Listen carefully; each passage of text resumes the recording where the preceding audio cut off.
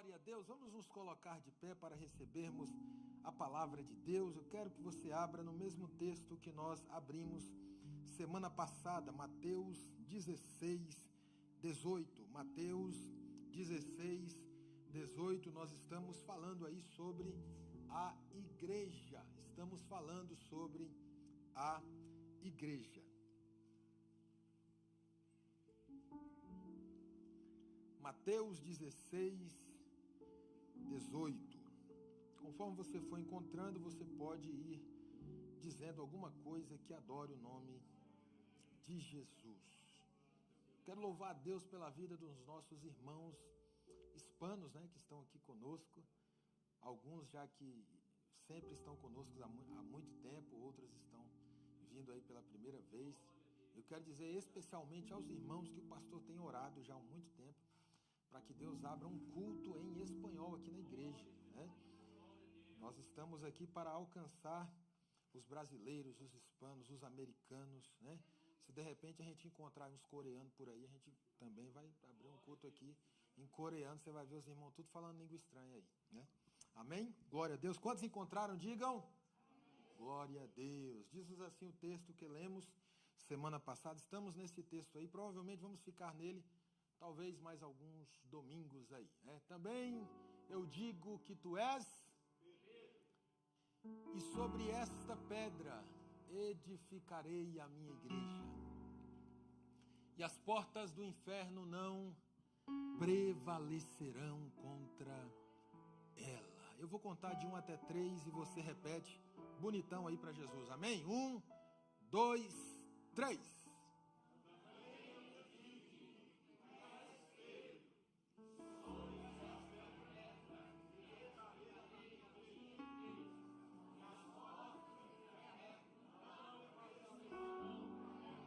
Glória a Deus. Coloca a mão no seu coração, fecha os teus olhos. Pai, essa é a tua palavra.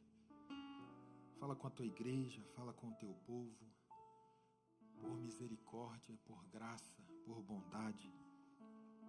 Tu és o nosso Deus, tu és o nosso Pai. Só o Senhor é capaz de tirar de nós aquilo que precisa ser tirado, de colocar em nós aquilo que precisa ser colocado. É o que nós te pedimos e te agradecemos. E se você concorda, diga. Tome o seu assento, louvando e glorificando o nome do Senhor Jesus Cristo. Nós estamos falando a respeito desse texto. O versículo 18 do capítulo 16 de Mateus. No domingo passado nós falamos um pouco a respeito do contexto do texto. Trouxemos algumas lições, falamos a respeito da preocupação de Jesus, a respeito do que os outros pensam a respeito dele.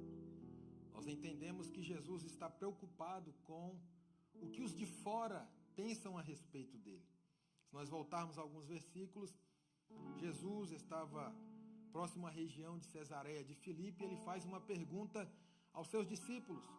Ele pergunta: o que dizem os homens que eu sou? O que dizem eles a respeito de mim? E os discípulos começam a responder Jesus. Eles dizem, alguns dizem que tu és um profeta, outros dizem que tu és João Batista. E aí Pedro se levanta depois da segunda pergunta de Jesus, quando Jesus olha para os seus discípulos, porque agora ele está preocupado com os de dentro. Jesus se preocupa com quem está lá fora, mas também se preocupa com quem está dentro. E ele pergunta: e vocês? O que vocês dizem que eu sou? Será que vocês me conhecem? Será que vocês sabem quem eu sou? Será que vocês estão aprendendo a respeito de mim? Era como se Jesus estivesse perguntando: o que é que vocês estão fazendo aqui comigo? O que é que vocês estão fazendo na igreja? Será que vocês estão aprendendo sobre Jesus? Será que vocês estão tendo um relacionamento comigo?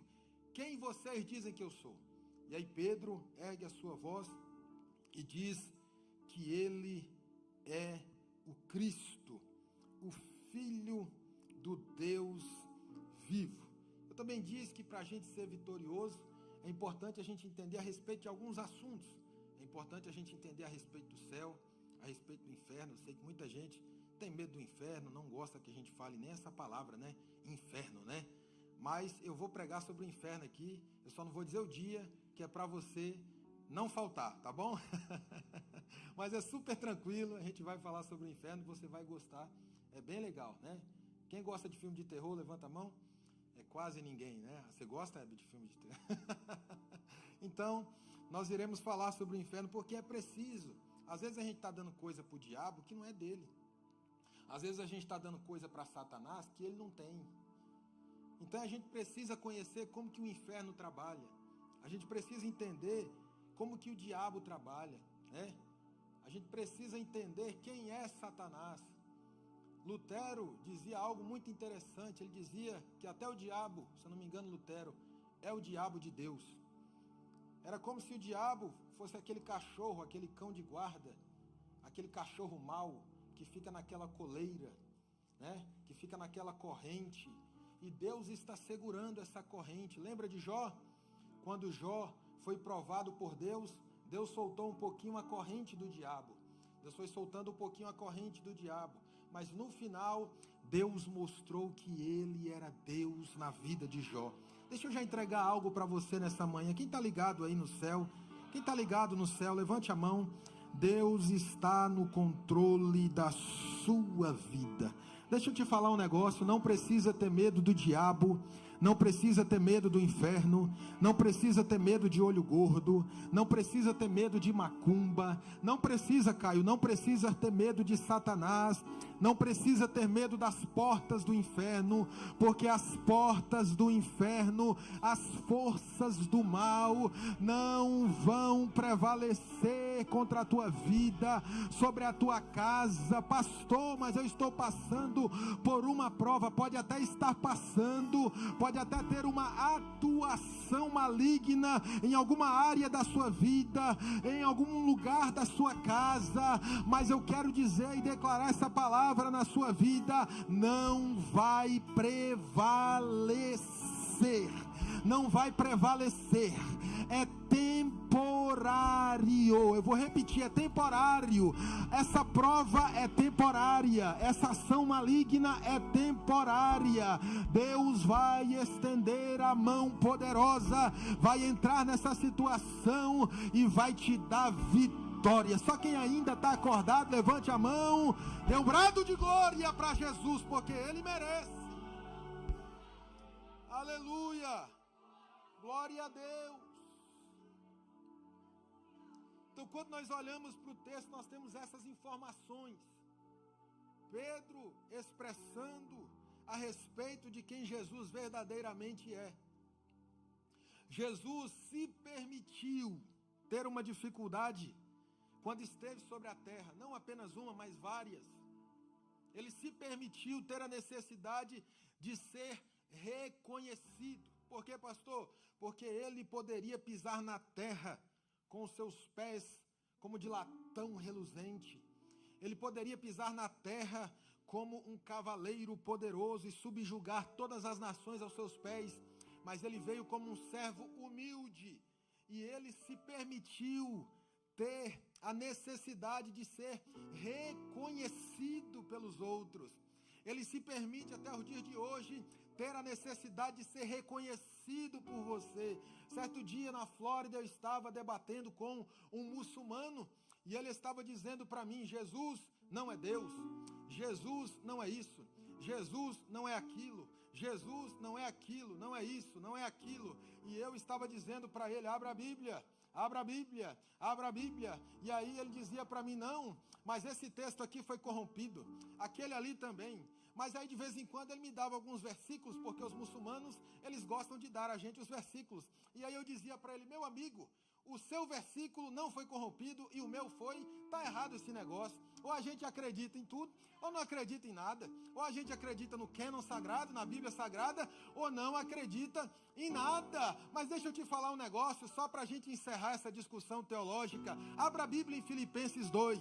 A Bíblia diz que vai chegar um dia que todo joelho se dobrará e toda língua confessará que Ele é o Senhor. E eu disse para ele: aproveita enquanto você ainda tem tempo, aproveita enquanto você ainda tem o direito de escolha, porque vai chegar um dia em que você, querendo ou não, você vai ter que dobrar o joelho e reconhecer que Ele é o Senhor, que Ele é Deus. E naquele grande dia, Hitler estará diante dele com seus joelhos dobrados, e ele vai ter que dizer, mesmo contra a sua vontade: tu és Senhor, tu és Rei. Naquele grande dia, Buda vai ter que dobrar o joelho, vai ter que dizer: tu és Rei, tu és Senhor. Naquele grande dia, os grandes presidentes que passaram pelos Estados Unidos, homens poderosos, homens que mandavam matar e deixavam viver, terão que dobrar os seus joelhos diante de Deus e dizer: tu és Rei, tu és Senhor. E eu disse para ele: aproveita, rapaz, enquanto você tem tempo de levantar a sua mão, aceitar a Jesus e dizer: tu és Rei, tu és Senhor. Aproveita. Eu deixei ele com aquela palavra e saí pela tangente, né? Segura essa bomba aí, irmão, vai embora. Então Jesus se permitia essa necessidade. E o texto que estamos lendo fala disso, sobre essa necessidade. O que dizem os homens que eu sou? Agora, o que dizem vocês a respeito de mim?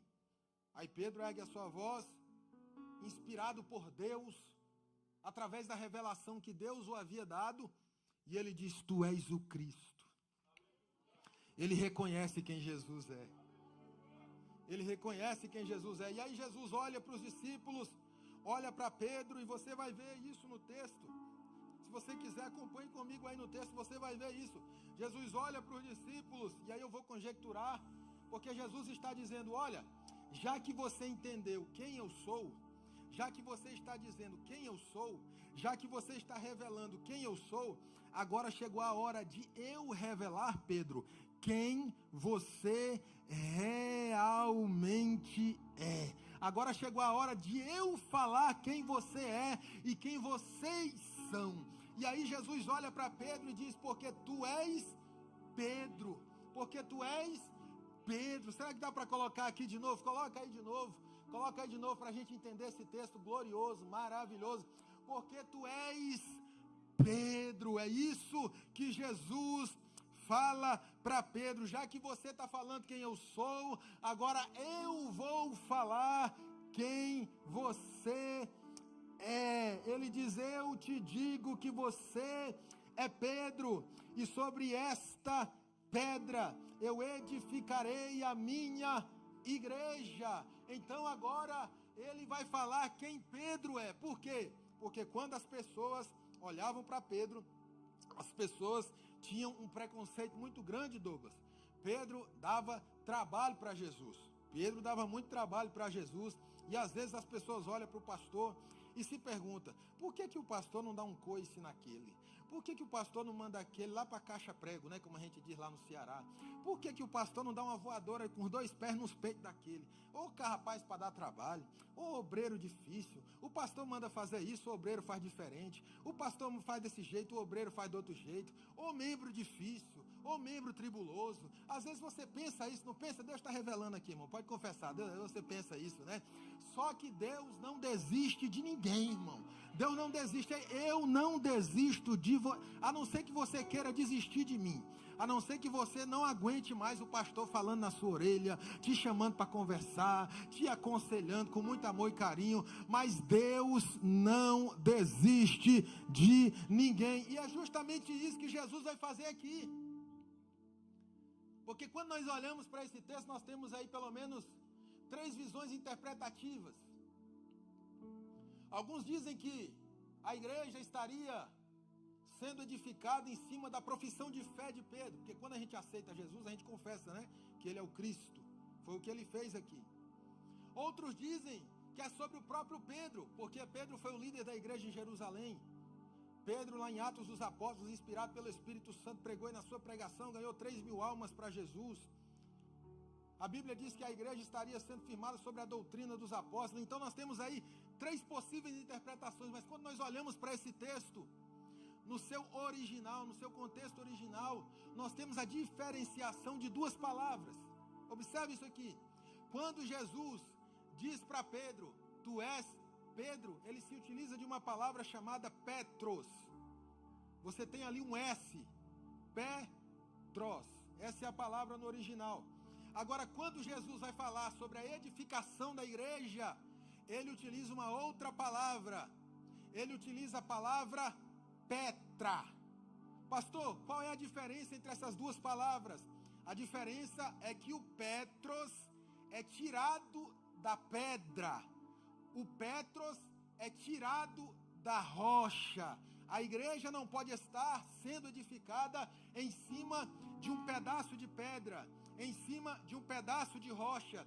A igreja está sendo edificada em cima da Petra. Essa palavra Petra é utilizada para rochedo, para cordilheiras de rocha, para uma rocha muito grande. Essa palavra só pode ser utilizada para Deus, para Jesus.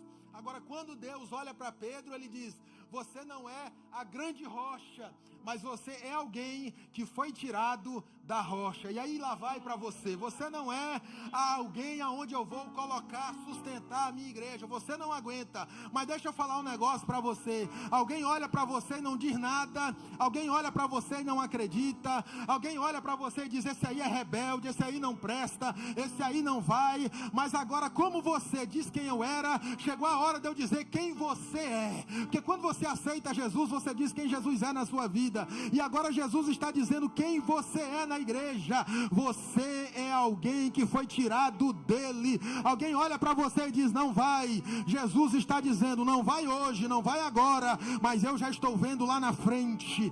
Ele é alguém que foi tirado de mim. Ele é um pedaço de pedra que foi tirado da rocha. Ei, você foi alguém gerado por Jesus.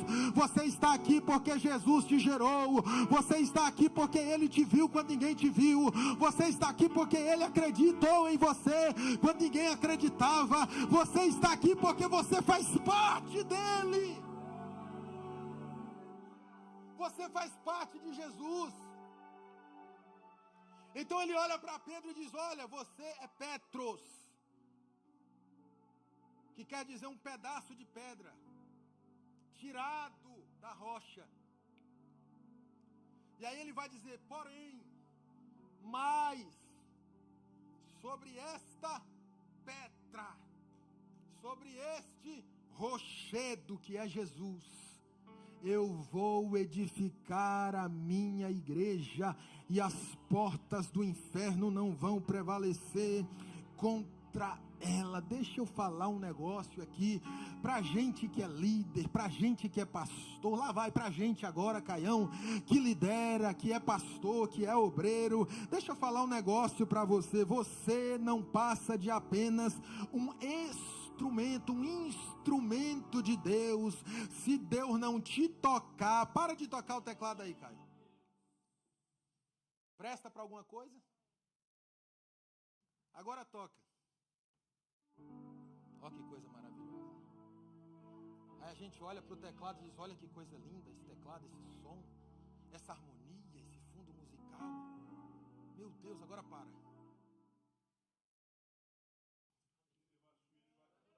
Tem uns instrumentos ali, irmão, que ninguém toca mais, que está lá, ó, enferrujando. Por quê? Porque se não tiver alguém para tocar, não serve. Alguém utiliza a figura do jumentinho. Lembra do jumentinho que Jesus, montou em cima dele e fez a entrada triunfal? Alguém utiliza a figura do jumentinho, que o jumentinho estava todo. Eita, eu estou aqui com o Rei dos Reis aqui, ó. Ó, aí todo mundo jogando lá coisa na frente dele. Todo mundo, eita glória, é mistério, é poder. E o jumentinho todo empinadinho, ó, toca.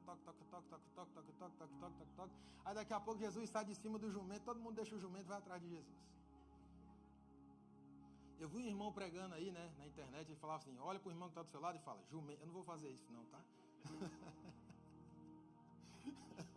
Olha pro irmão que está do seu lado e fala para ele: jumento, eu não vou fazer isso não.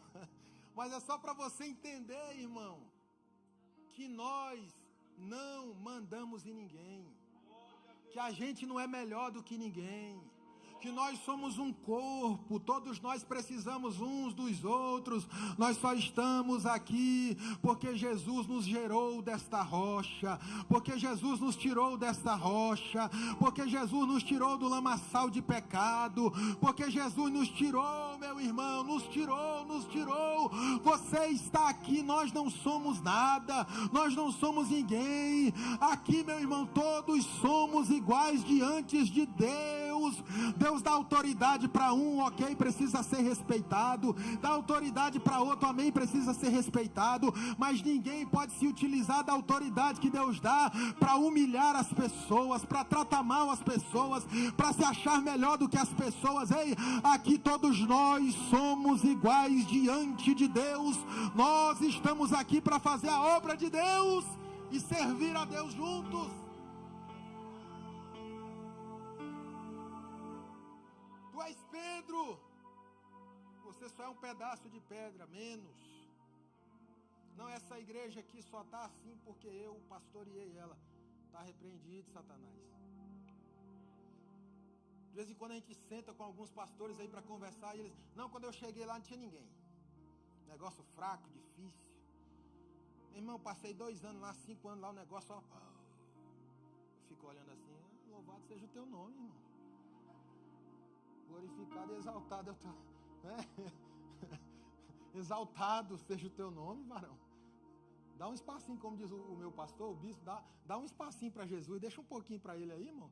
Será que não tem uma cadeirinha ali no canto para Jesus, não? Irmão, se humilha diante de Deus.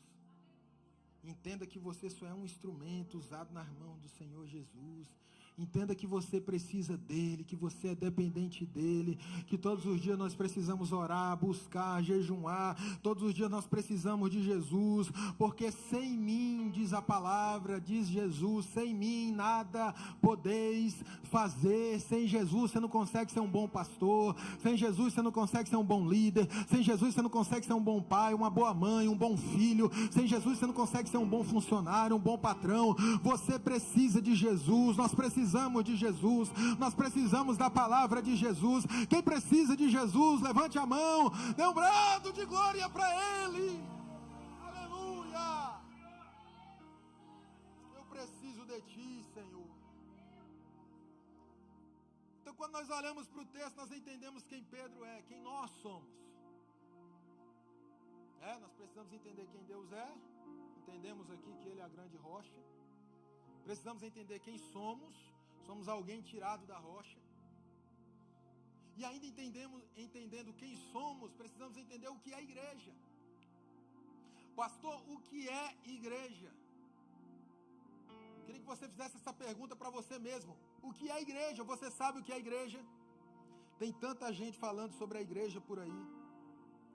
Tem tanta gente lendo versículos na internet, explicando o que é igreja por aí.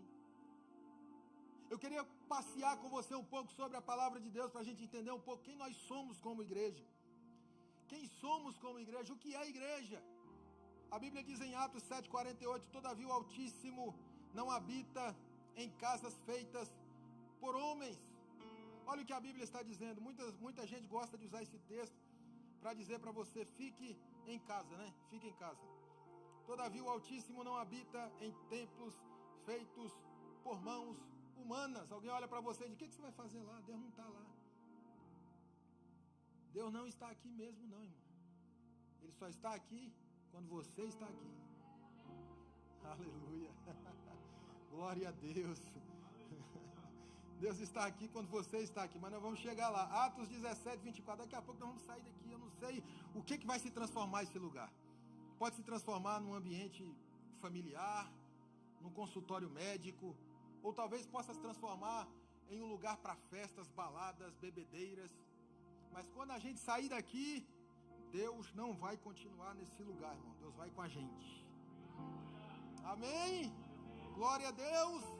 Então a gente precisa ter um equilíbrio, não pode ter tanta idolatria assim pelo ambiente, pelo lugar. É claro que o ambiente do culto é um ambiente muito sério. Eu me refiro ao ambiente do culto. As coisas que a gente dá para Deus aqui dentro são muito sérias. Essa cadeira que você está sentado é algo que foi santificado para Deus. esse púlpito, os instrumentos, tudo isso foi santificado ao Senhor. É muito sério, o ambiente do culto é muito sério. O pastor não sabia não, irmão, por isso que eu falo para vocês, fizeram até uma figurinha minha aí, né? Deixa de ser crente boca aberta, né? Porque é muito sério o ambiente do culto. Tem gente que foi fulminado no ambiente do culto, presbítero de Carlos, só porque mentiu no ambiente do culto. Quem lembra disso? Alguém sabe quem foi? Atos dos Apóstolos, quem? Pode falar, irmão. Ananias e Safira, só porque mentiu no ambiente do culto. Então, meu irmão, guarda o teu pé quando entrares na casa do Senhor teu Deus. Reverência, a gente tem perdido a reverência, né? Pastor, mas não posso nem mexer no celular. Pode, irmão, se for alguma coisa urgente, se tiver que responder, pode responder, mas fica ligado no céu, fica ligado no Espírito, não se distraia. Pastor, preciso sair na hora do culto para resolver um negócio. Irmão, se tiver que resolver, vai lá, sai, depois volta. Fica ligado no Espírito. Você está nesse ambiente, isso é um ambiente espiritual. Isso é um ambiente onde a palavra está sendo revelada. É um ambiente onde louvores estão sendo ditos a Deus. É um ambiente onde Deus está se manifestando no meio do seu povo. É um ambiente muito sério. Então a gente tem que ter reverência. Tem que ter cuidado. Não que os irmãos não tenham, mas a gente vai ensinando, a gente vai aprendendo, a gente vai crescendo, né? Não é mais como na minha época, quando eu era adolescente, criança, que o diabo corria com medo de mim, não é porque eu era ungido, santo, é porque eu era pior que ele, né? Aí o diabo tinha medo de mim, que eu era pior que ele. Eu e o meu primo Natanael, aí eu fui lá no Ceará, 2 anos atrás, eu estava lá, pregando lá nas igrejas, fui pregar na igreja dele, está pastoreando uma igreja lá. Aí eu contei a história, irmão, nós tínhamos uma dupla abençoada. Qual era a dupla, né? O nome dele é Natanael, Felipe e Satanael. Rapaz, aí ele colocou a mão na cabeça, assim. Aí no final do culto ele falou, a gente fala macho, né, lá no Ceará. Macho, assim tu me quebra, macho, eu sou o pastor da igreja.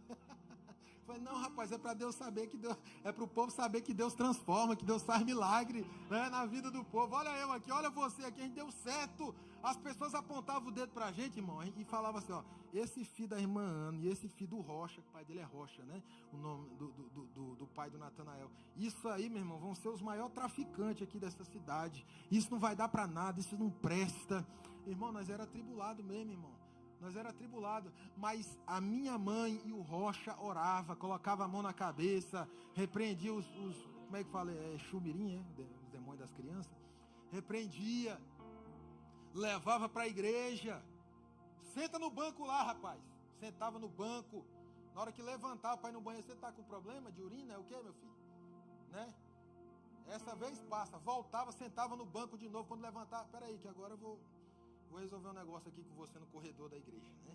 Não tem mais isso, né, presbítero? Não tem mais essas coisas, né? Hoje a gente põe de castigo, tá bom? Põe de castigo aí teu filho, irmão, né? Tem que mostrar que existem consequências.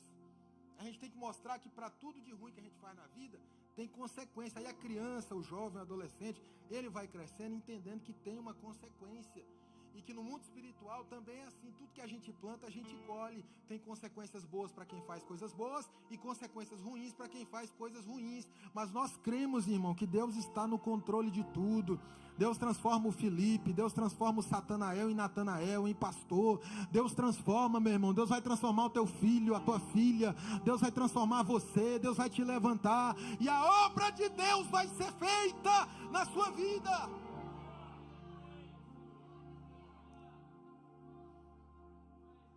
Então as pessoas abrem alguns textos, como por exemplo Atos 17, 24, e diz: o Deus que fez o mundo e tudo que nele há, é o Senhor dos céus e da terra, e não habita em santuários feitos por mãos humanas. Mais um texto que o pessoal gosta de usar para dizer, eu sou a igreja, né? 1 Coríntios 3,16 diz, vocês não sabem que são santuários de Deus, e que o Espírito de Deus habita em vocês? Efésios 2:21 diz assim, nele somos firmemente unidos.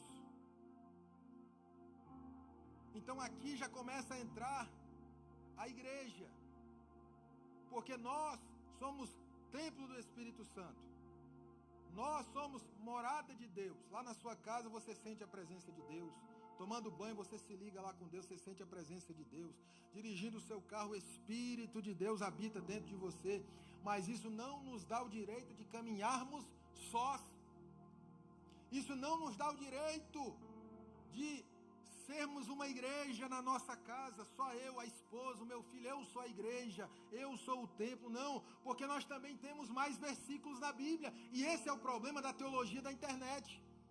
A teologia da internet, ela te mostra um versículo, e ela faz todo o ensino em cima desse versículo, só que a Bíblia interpreta a própria Bíblia, a Bíblia explica a própria Bíblia, e a Bíblia tem muitos outros versículos também. Esse pessoal do Fica em Casa, eles não vão ler esse texto aqui para você, ó. Efésios 2:21 que diz assim, ó: nele somos firmemente unidos, constituindo um templo santo para o... Nós temos versículos que diz que nós somos o templo de Deus, né? Singularmente. Agora nós temos esse versículo aqui, ó, dizendo que nele somos, plural. Quando você se junta com o seu irmão, você junto com o seu irmão constitui um templo para Deus. É por isso que a Bíblia diz que Deus habita no meio do seu povo, dos louvores do seu povo. Você sozinho é a morada do Espírito Santo, mas junto você é a igreja. Sozinho você é parte da igreja, mas não é a igreja, você é parte da igreja. No culto passado eu até dei o exemplo, né? Quantos aqui conhecem o presidente Lula da Silva? Levante a mão, quem conhece o Lula, né? A gente sabe que o Lula, ele só tem 9 dedos, beleza? O Lula, vocês estão rindo por quê, mano? Respeito o presidente de vocês, né? O Lula só tem 9 dedos. Pastor, o que isso tem a ver com a mensagem? Muita coisa. No dia que você tiver a oportunidade, procure o Lula. Pergunte para ele: irmão Lula, irmão Lula, estão profetizando aqui em nome de Jesus, irmão. Deus não transformou Satanael em Natanael? Profetizar, salvação, né? Tem gente que está igual o Paulo, né? Entrega o corpo para o diabo, para que a alma seja... Calma, irmão, vai devagar, vai devagar. No dia que você tiver a oportunidade, você pergunta para ele: ó, irmão Lula, aquele dedo que o senhor perdeu, ele ainda está vivo? Ainda tem sangue nele? Cadê aquele dedo que o senhor perdeu, né?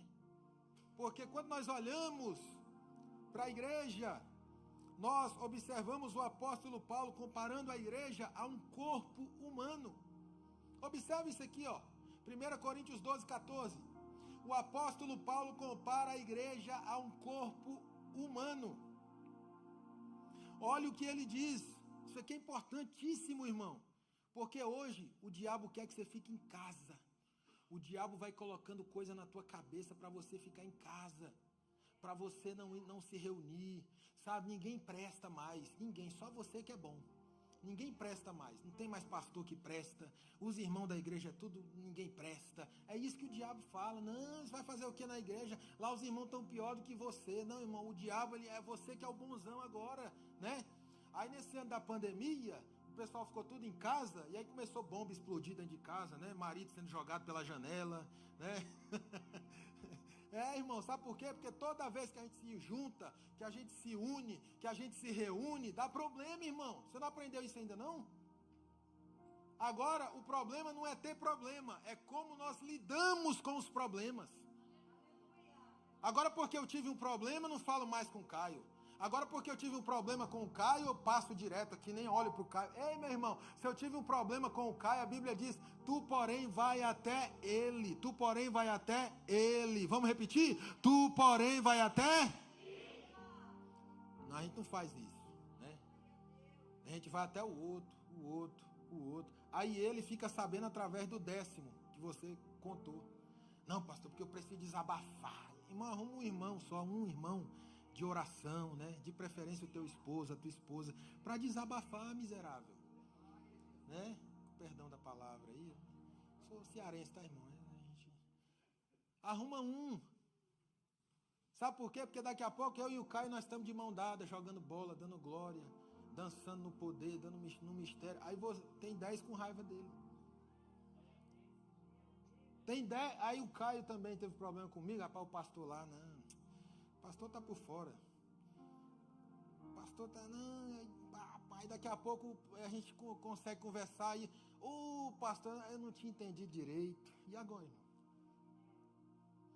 Tem 20, 30 aí, ó, aquele pastor, não, vou mudar de igreja. O bom é o pastor lá da outra igreja, aquele é bom. É bom porque você não conhece ele ainda.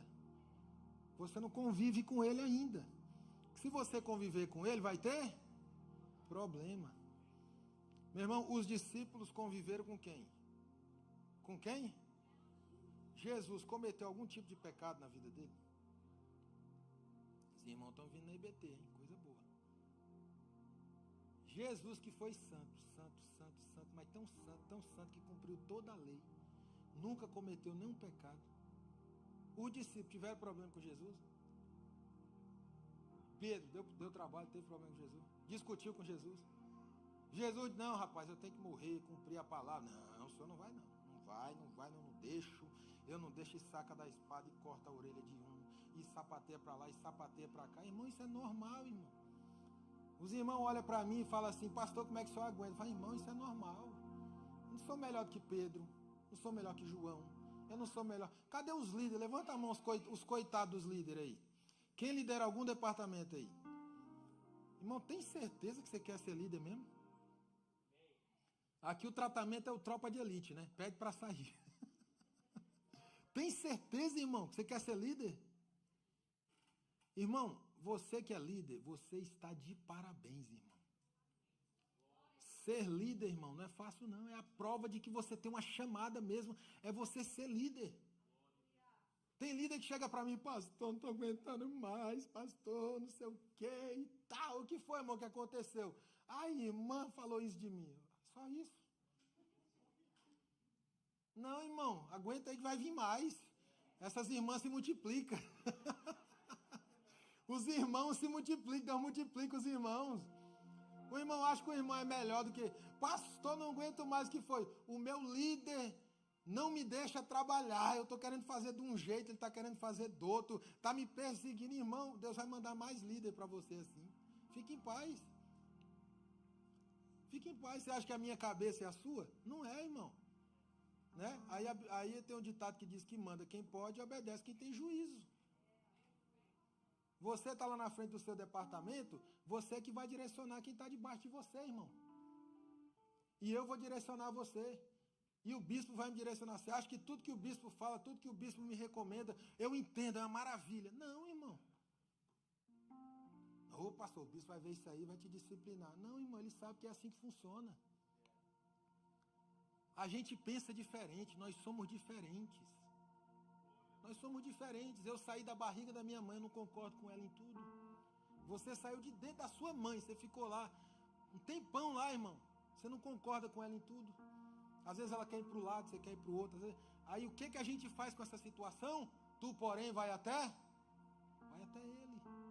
Pastor, essa recomendação do senhor aqui, não gostei não. Foi, irmão? Não. Mas é isso, é aquilo, é isso, irmão. Nós estamos aqui. Caião, esse negócio do louvor, essa regra aí que você colocou no louvor, eu não gostei. Conversa com ele. Que até ele saber que você não gostou, uns 50 já está sabendo que você não gostou. Tá tudo com raiva do coitado do Caio lá. Ó.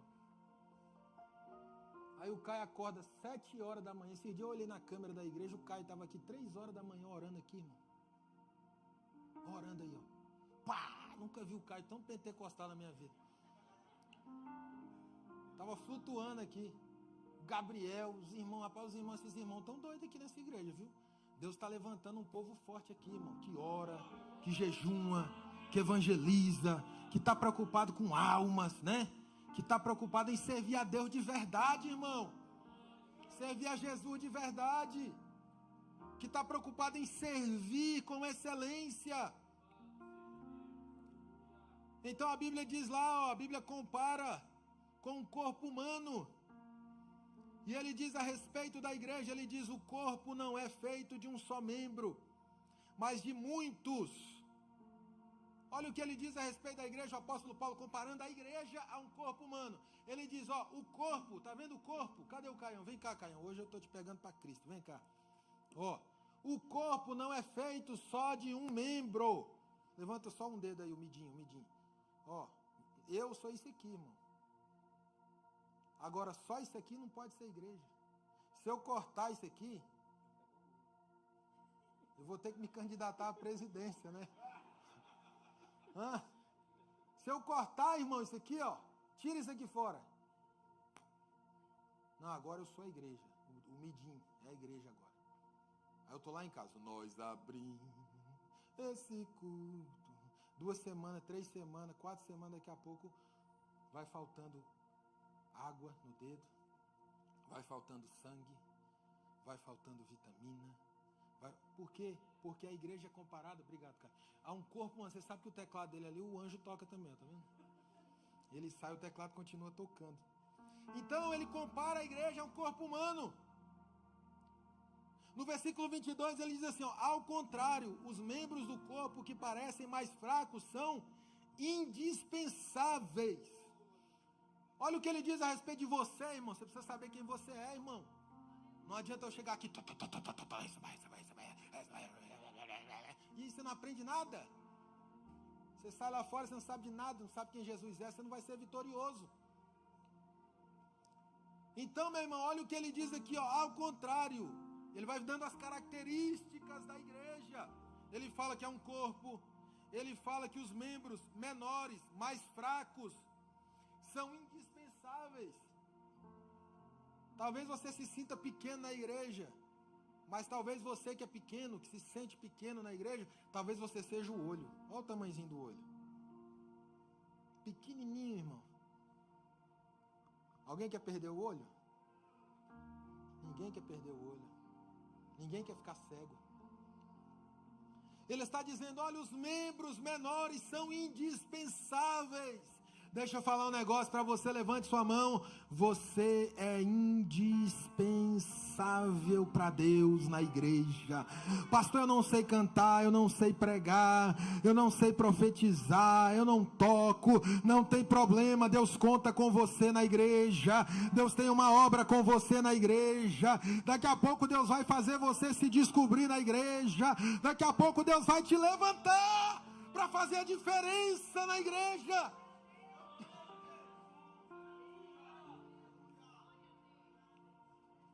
Tem um irmão aqui da igreja que eu só vi esse irmão sentado lá na última cadeira, o irmão. Sentava lá, glória, aleluia. Vem nos cultos, presente, está em tudo. Irmão não quer fazer uma oração? Não, pastor, não. O sangue de Jesus tem poder. Não quer dar uma saudação? Não, Deus me livre, pastor. O sangue de Jesus tem poder. Aí esses dias eu fui na casa do irmão. Pastor, lá em casa tomar um café lá. Eita, não sei o quê. Parei lá, cheguei na casa do irmão. Sentei na mesa. Tinha um irmão lá que nem eu conhecia. Pastor, esse irmão aqui, ó, é lá da nossa igreja. Aí eu, eita, pai do Senhor, irmão. Prazer. Pastor. Ele foi no culto passado, aí nesse ele foi, já chamei ele para tomar um café aqui em casa. Para abençoar. Irmão, isso aí é lindo, isso aí, irmão. A gente está preocupado com tanta coisa na igreja, irmão. Deus quer que você se preocupe com almas, irmão. Quando a gente começar a se preocupar com as almas, irmão, o nosso ego vai diminuindo, o nosso eu vai diminuindo. Por que não é eu? Por que não sou eu? Por que é eu? Ei, meu irmão, deixa Jesus trabalhar, deixa Jesus diminuir, deixa Jesus aumentar, deixa Jesus abater, deixa Jesus levantar. É Ele que faz a obra no meio do seu povo. Ele está no controle da situação. Talvez você seja o menorzinho do corpo, o menor membro, mas Deus não abre mão de você. Deus não abre mão da sua casa. Deus não abre mão da sua vida. Você tem a mesma importância no corpo. A mesma importância. E ele continua dizendo, eu vou parar por aqui. Eu vou pregar sobre esse texto aí mais uns 2, 3 domingos. Já vou parar por aqui. Mas ele vai dando algumas características da igreja. Ele diz lá no versículo 25 do mesmo capítulo 12 de 1 Coríntios: a fim de que não haja divisão no corpo, mas sim que todos os membros tenham igual cuidado uns pelos outros. No corpo de Cristo, irmão, não pode ter divisão. Não, porque o Caio é o líder do louvor. Eita, Caio. Não, irmão.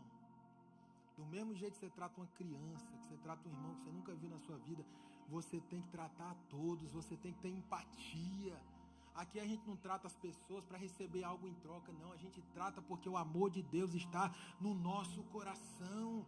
Chame alguém que você nunca chamou para tomar um café com você lá na sua casa. Chame alguém que você nunca chamou para almoçar com você. São sempre as mesmas pessoas. Ei, meu irmão, chame alguém. Talvez essa pessoa está aqui há tantos anos sozinha, sem família. Ela só precisa de um abraço. Ela precisa de você. Na igreja todos nós devemos ter o mesmo tratamento uns para com os outros. Tem que ter respeito.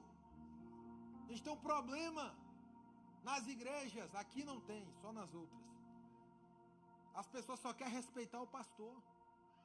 Eu vou conversar com o pastor. Não, irmão, está ali o líder, conversa com ele. O pastor colocou o líder lá. Às vezes alguém vem, não, pastor, o líder, mas o irmão já conversou com ele? Não, o irmão conversa com ele. Se ele puxar a faca para o irmão, a pistola, o revólver, aí o irmão traz para a gente, que a gente conversa. Hoje em dia nós vivemos em um mundo onde não tem mais diálogo. O irmão olha pra gente, a gente já desce uma revelação do capeta na mente da gente. Aquele irmão ali, tem que tomar cuidado com ele. Ele olhou assim pra mim, eu não sei não. Irmão, nós devemos estar unidos, não pode ter divisão na igreja, não pode ter divisão no meio do povo de Deus. Mais um versículo aqui, mais uma característica da igreja, 12:26, quando um membro sofre, todos os outros sofrem com ele. Quando um membro sofre, todo mundo sofre. Tá vendo o irmão lá? Foi disciplinado. Eita glória, sabia que Deus ia humilhar ele. Tem gente que é assim na igreja, irmão. Tá vendo o outro lá? Tá de banco, não tá tendo mais oportunidade. Yes, aleluia. Tem gente, você sabia que tem gente assim na igreja? Pastor, hoje o negócio tá pesado. Tá, irmão. A gente precisa aprender a ser crente. A gente precisa aprender a servir a Deus. Pastor, eu quero ser vitorioso. Como é que você vai ser vitorioso, irmão? Ruim desse jeito? Não vai, irmão. Torcendo contra o irmão. Quando o irmão compra um carro, uma casa, no lugar de você ficar feliz, você fica falando, não, por que Deus dá para ele e não dá para mim? É porque você não se alegra com os que se alegram e não chora com os que choram. Quando você tiver mais empatia, quando você começar a se alegrar, quando você começar a dizer, pastor, eu estou aqui junto com o senhor, não importa se eu estou na frente, se eu estou atrás, se eu estou na primeira cadeira, se eu estou na última, eu estou aqui para servir, eu estou aqui para somar. Se alguém for levantado aqui, eu vou somar com quem for levantado. Se alguém entrar em destaque, eu vou me alegrar, porque Deus está levantando. Eu vou fazer a obra de Deus com o mesmo amor, com a mesma intensidade, porque a vitória do meu irmão é a minha vitória, a alegria do meu irmão é a minha alegria, o sofrimento do meu irmão é o meu sofrimento. Glória a Deus, aleluia. Esse dia alguém chegou para mim e falou, não, pastor, porque aqui nós estamos aqui para ajudar o senhor. Não, irmão, nós estamos aqui para servir a Jesus. Pode ser que eu fique 20 anos aqui na igreja, pode ser que eu fique um mês. Deus manda outro, Deus levanta alguém aqui da igreja para pastorear, Deus faz o que Ele quer, a igreja é dele. E você vai ficar aqui, irmão, para servir a Jesus de Nazaré. Ah, agora é o pastor Felipe, acho que eu não vou vir mais não, vou lá na outra igreja. Ah, agora mudou de pastor. Ah, agora, irmão, aí você fica igual o passarinho. Cada dia você está num puleiro diferente, irmão. Como é que você vai ser abençoado desse jeito? Irmão, honre a Deus, esteja na igreja, seja fiel a esse irmão que está do seu lado aí, ame esse irmão que está do seu lado aí. A igreja vai muito mais além do que o pastor Felipe, do que a convenção, do que o nosso grande bispo. A igreja, meu irmão, são vocês juntos, unidos, um ajudando o outro, um se alegrando junto com o outro, um chorando junto com o outro, um fazendo a obra de Deus junto com o outro. Quando você não der um glória a Deus, aí eu não vou sair do junto com o outro. Vai, dá um brado de glória para ele, irmão, porque Deus está te levantando para ser igreja. Um Corpo unido. Oh, rabacalabachuri.